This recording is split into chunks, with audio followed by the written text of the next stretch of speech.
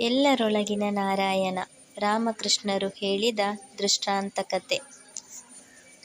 ಒಮ್ಮೆ ಒಬ್ಬ ಗುರು ತನ್ನ ಶಿಷ್ಯನಿಗೆ ಬೋಧನೆ ಮಾಡುತ್ತಾ, ಪ್ರತಿಯೊಂದು ಜೀವಿಯಲ್ಲೂ ನಾರಾಯಣ ನೆಲೆಸಿದ್ದಾನೆ ಎಂದು ಹೇಳಿದರು.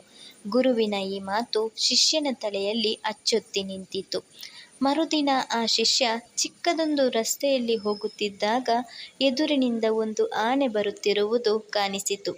ಆನೆಯ ಮೇಲಿದ್ದ ಮಾವುತನು ದಾರಿಹೋಕರಿಗೆ, ಆನೆಗೆ ಮದವೇರಿದೆ, ನನ್ನ ಅಂಕುಶಕ್ಕೂ ಮಣಿಯುತ್ತಿಲ್ಲ, ರಸ್ತೆಯಿಂದ ದೂರ ಸರಿಯಿರಿ ಎಂದು ಕೂಗಿ ಹೇಳುತ್ತಿದ್ದ. ಶಿಷ್ಯನಿಗೂ ಈ ಕೂಗು ಕೇಳಿಸಿತು.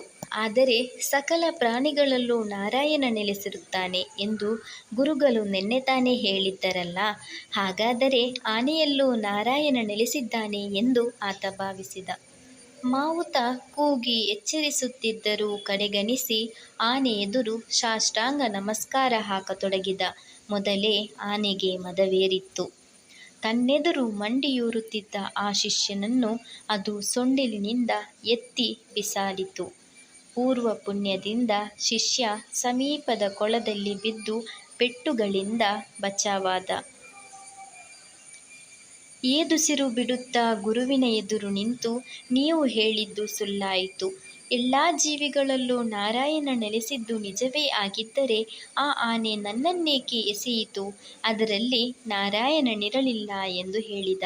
ಶಾಂತವಾಗಿ ನಗುತ್ತಾ ಗುರುಗಳು, ಆನೆಯ ಮೇಲಿದ್ದ ಮಾವುತ ನಿನಗೇನೂ ಹೇಳಲಿಲ್ಲವೇ ಎಂದು ಕೇಳಿದರು. ಗೊಂದಲಗೊಂಡ ಶಿಷ್ಯ, ಆನೆಗೆ ಮದವೇರಿದೆ, ನನ್ನ ಹಿಡಿತಕ್ಕೆ ಬಗ್ಗುತ್ತಿಲ್ಲ, ಪಕ್ಕಕ್ಕೆ ಸರಿಯಿರಿ ಎಂದು ಆತ ಕೂಗಿ ಹೇಳುತ್ತಿದ್ದ ಎಂದ. ಆನೆಯ ಮೇಲೆ ಕುಳಿತಿದ್ದ ಮಾವುತನಲ್ಲೂ ನಾರಾಯಣನಿದ್ದ ಮತ್ತು ಆತ ನಿನಗೆ ಮುನ್ನೆಚ್ಚರಿಕೆ ನೀಡುತ್ತಿದ್ದ. ನೀನು ಆನೆಯಲ್ಲಿ ನಾರಾಯಣನನ್ನು ಕಂಡು ನಮಸ್ಕರಿಸಲು ಹೋದೆ, ಆದರೆ ಮಾವುತನಲ್ಲಿ ನಾರಾಯಣನನ್ನು ಕಂಡು ಆತನ ಮಾತಿಗೆ ಮನ್ನಣೆ ನೀಡಲಿಲ್ಲವೇಕೆ ಎಂದು ಕೇಳಿದರು.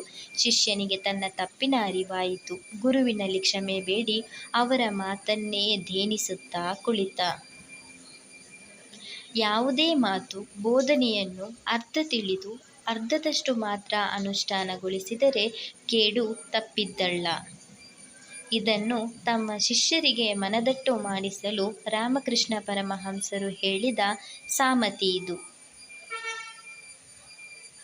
ಇನ್ನಷ್ಟು ಕಥೆಗಳಿಗಾಗಿ ಹಿಂದೆ ನಮ್ಮ ಚಿಲಿಪಿಲಿ ಚಿತ್ತಾರವನ್ನು ಸಬ್ಸ್ಕ್ರೈಬ್ ಮಾಡಿ. ಧನ್ಯವಾದಗಳು.